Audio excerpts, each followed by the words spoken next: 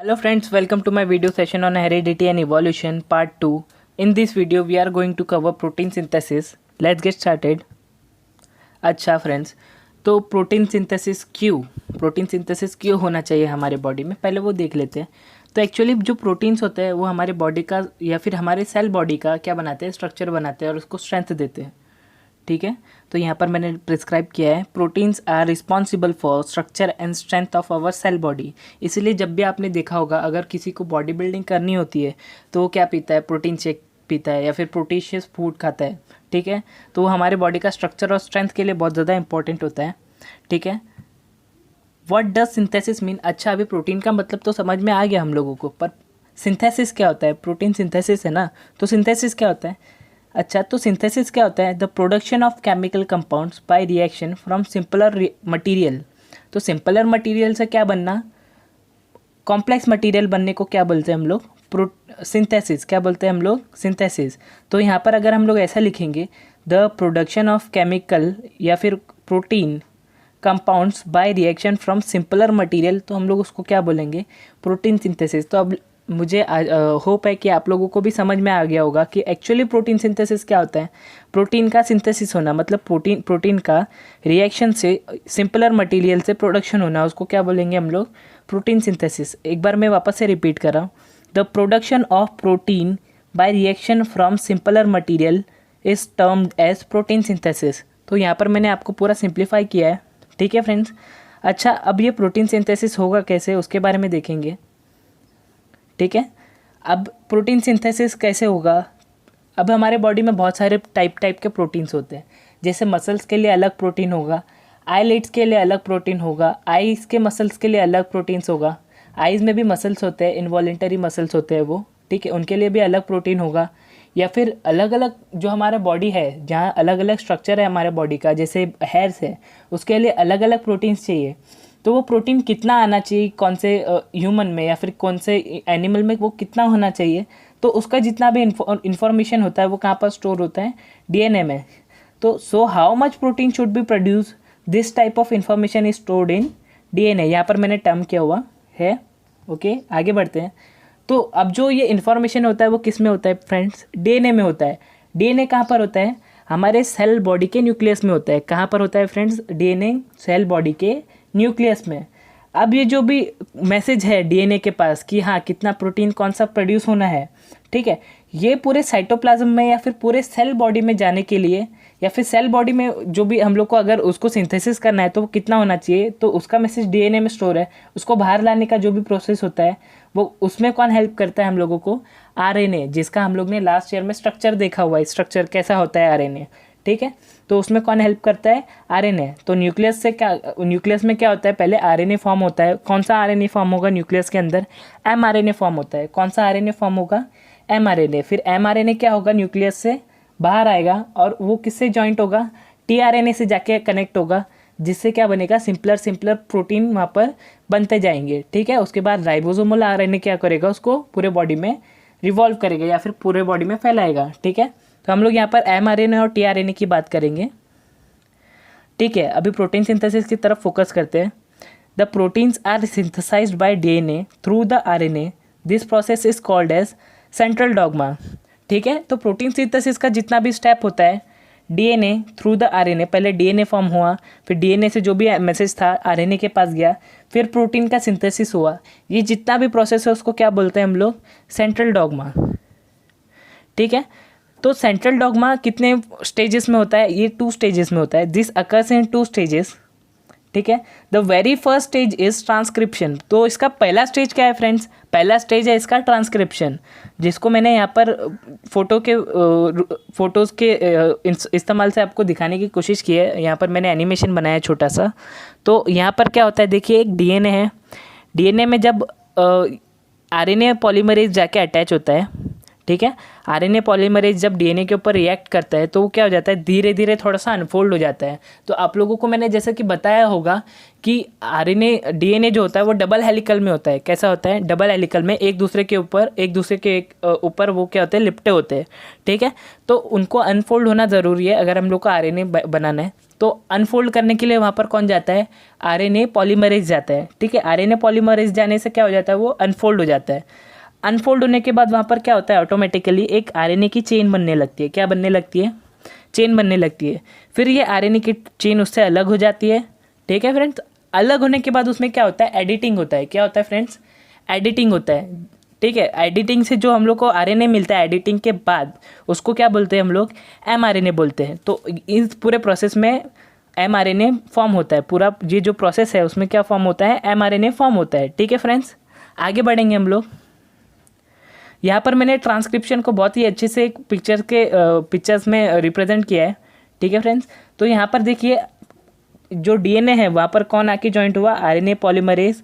और फिर वहाँ पर देखो पिंक फॉर्म में क्या बन रहा है, हमारा आरएनए फॉर्म हो रहा है धीरे धीरे।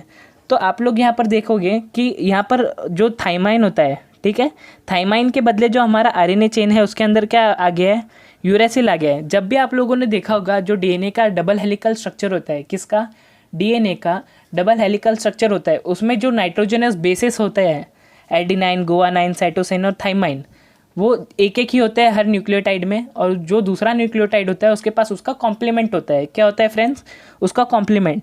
जैसे थाइमाइन का कॉम्प्लीमेंट कौन है, एडिनाइन है। गुआनाइन का कौन है, साइटोसाइन है। वैसे साइटोसाइन का कौन होगा, गुआनाइन होगा। और एडिनाइन का थाइमाइन, थाइमाइन का एडिनाइन। ठीक है फ्रेंड्स, तो वैसा एक स्ट्रक्चर होता है वो पूरा। ठीक है, अब जब यहाँ पर मेरा नया आरएनए बनेगा तो उसमें भी यही चीज़ कैरी फॉरवर्ड होगी। आप लोग देखेंगे नीचे वाला जो ब्लू लाइन है उसके ऊपर कौन फॉर्म हो रहा है, पिंक वाला जो आरएनए है वो फॉर्म हो रहा है। तो वहाँ पर एडेनाइन के लिए क्या होना चाहिए, गुआनाइन होना चाहिए। क्या होना चाहिए, गुआनाइन होना चाहिए। बट गुआनाइन के बदले वहाँ पर क्या फॉर्म होता है, यूरेसिल। क्या फॉर्म होता है, यूरेसिल। क्यों यूरेसिल, क्योंकि यूरेसिल को हमारे बॉडी में बनाना बहुत आसान होता है, जबकि वो काम थाइमाइन का ही करेगा बट उसको बनाना आसान होता है, इसलिए वहाँ पर क्या फॉर्म होता है, यूरेसिल फॉर्म होता है। तो एडिनाइन के लिए यूरेसिल और साइटोसिन के लिए गुआनाइन, ये दोनों ऐसा फॉर्म होगा।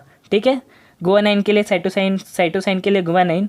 ठीक है, पर थाइमाइन के लिए जो ऊपर वाला चेन है, जैसे आरएनए बन रहा है उसके अंदर क्या होगा, एडिनाइन के लिए यूरेसिल होगा, थाइमाइन के लिए एडिनाइन होगा। ठीक है फ्रेंड्स, इसके बाद हम लोग आगे जाते हैं। इसको मैं अच्छे से आपको समझा देता हूँ 2 स्टेज में कैसा ये प्रोसेस हो रहा है और उसके बाद एडिट क्या होगा, ये पूरा एक बार ध्यान से आप लोग देख सकते हैं। स्टेप 1 में देखो क्या हो रहा है, transcription is the process by which DNA is copied to RNA. जो डीएनए में इंफॉर्मेशन है वो कहाँ पर कॉपी होगा, एमआरएनए में कॉपी होगा, which carries in the information needed for protein synthesis. जो जैसा मैंने आपको बताया, transcription take place in 2 broad steps, 2 बड़े स्टेप्स में होता है। पहला स्टेप में क्या होगा, जो प्री मैसेंजर आरएनए है वो फॉर्म होगा, जैसा कि आपको मैंने बताया कि वहाँ पर एक आरएनए फॉर्म होता है किसके प्रेजेंस में, आरएनए पॉलीमरेज के प्रेजेंस में, with the involvement of RNA polymerase enzyme. Okay, next आगे। In this result single strand of RNA is the reverse complement of the original DNA sequence forms. ठीक है, इसके रिजल्ट में क्या होता है, आरएनए फॉर्म होता है, जो कि क्या होता है, रिवर्स कॉम्प्लीमेंट होता है किसका, डीएनए सीक्वेंस का, जैसा कि मैंने आपको बताया। The pre messenger RNA is then edited to produce desire mRNA molecule.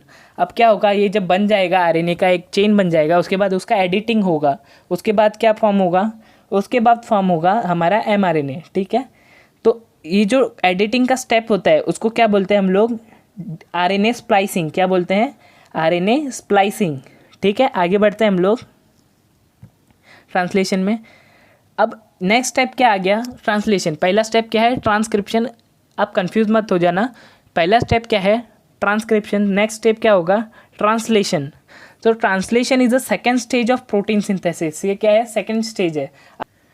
Once DNA is transcribe then it comes out of the nuclear and comes in cytoplasm. ठीक है, एक बार जब वो ट्रांसक्राइब हो जाएगा डीएनए का मैसेज आरएनए के अंदर, एमआरएनए के अंदर, फिर वो एमआरएनए क्या होगा, न्यूक्लियस से बाहर आएगा, कहाँ पर आएगा, साइटोप्लाज्म में आएगा।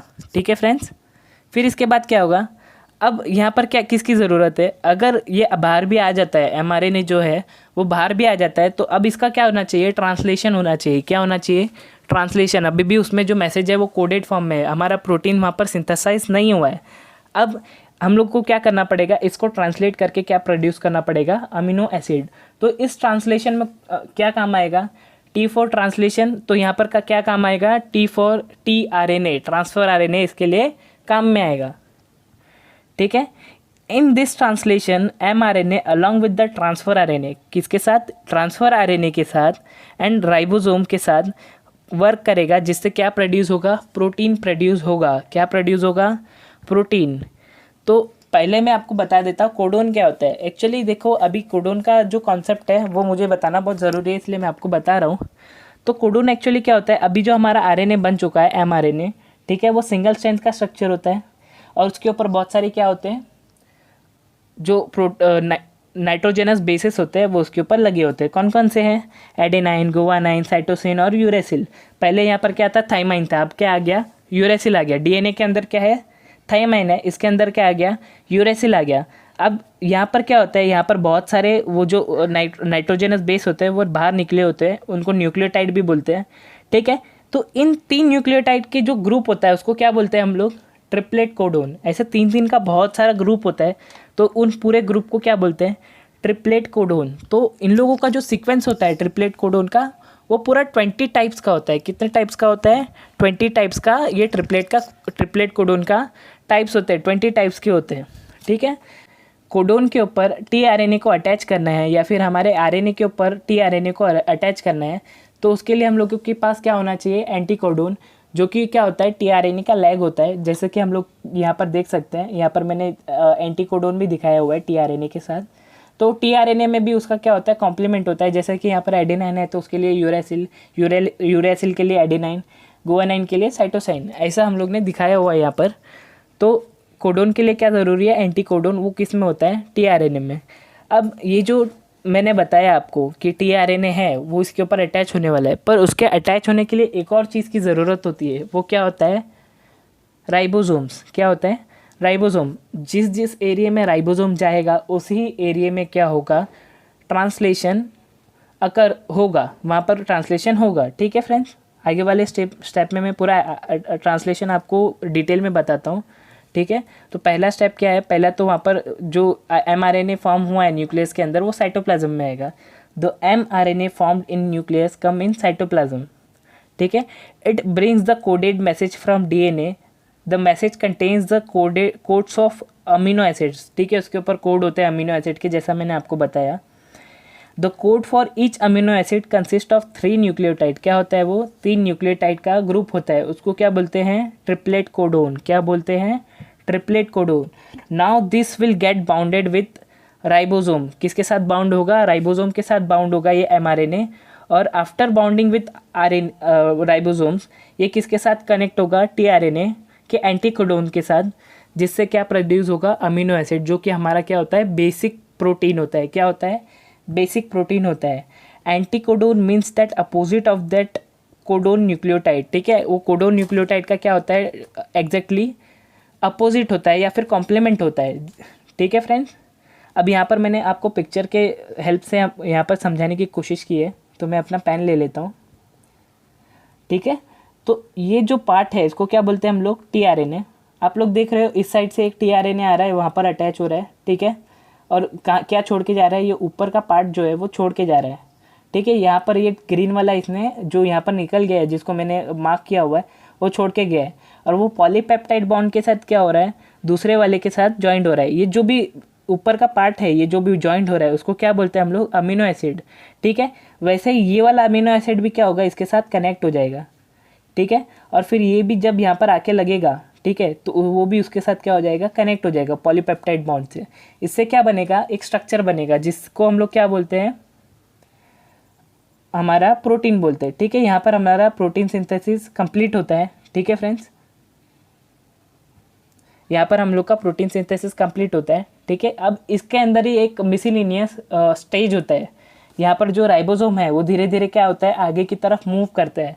जो राइबोसोम आगे की तरफ मूव होता है उसको हम लोग क्या बोलते हैं, ट्रांसलोकेशन। क्या बोलते हैं, ट्रांसलोकेशन। बहुत सारे बुक्स में आप लोगों को दिखेगा कि ट्रांसलोकेशन वहाँ पर मेंशन ही नहीं होता है। हमारे महाराष्ट्र बोर्ड की बुक में मेंशन हुआ है। ठीक है, तो मैं उसके बारे में आपको बता रहा हूँ। In this process, when ribosomes bound with mRNA, at that time ribosomes keep on moving from one end to other end. This is termed as translocation. ठीक है, राइबोसोम जो एक जगह से मूव होता है उसको क्या बोलते हैं हम लोग, ट्रांसलोकेशन। तो बस दोस्तों आज के वीडियो के लिए इतना ही। हम लोग ने पूरा प्रोटीन सिंथेसिस ख़त्म कर लिया है। नेक्स्ट वीडियो में हम लोग क्या करेंगे, म्यूटेशन थियरी देखेंगे और इवोल्यूशन थियरी की तरफ थोड़ा बहुत आगे बढ़ेंगे। ठीक है, आप लोग चाहे तो मुझे गूगल क्लासरूम पे भी ज्वाइन कर सकते हैं। मैंने क्लास कोड डिस्क्रिप्शन में दिया हुआ है, वहाँ पर ज्वाइन करने के लिए आपको क्लास कोड की ज़रूरत पड़ेगी जो कि डिस्क्रिप्शन बॉक्स में है। ठीक है, आप वहाँ पर ज्वाइन कीजिए, मुझसे सवाल कीजिए, मैंने जो वहाँ पर क्वेश्चन पूछे हैं उसके जवाब दीजिए। ठीक है, उसके हिसाब से मैं आपको ग्रेड्स भी देने की कोशिश करूँगा। तो थैंक यू फ्रेंड्स, आज की वीडियो के लिए इतना ही। प्लीज़ मुझे सब्सक्राइब करें अगर आपको ये वीडियो पसंद आया, और आगे आप और वीडियो देखना चाहते हैं तो आप सब्सक्राइब करेंगे तो आपको एक एक करके उसका नोटिफिकेशन आते जाएगा जैसे जैसे वीडियो आएगा। और मैं कोशिश करूँगा कि ज़्यादा से ज़्यादा मैं वीडियो अपलोड करूँ लॉकडाउन के पीरियड में, जिससे आपको हेल्प हो और आप आगे अपनी स्टडीज़ के साथ आगे बढ़ सको। और अपने दोस्तों के साथ शेयर करना मत भूलिएगा। Thank you friends.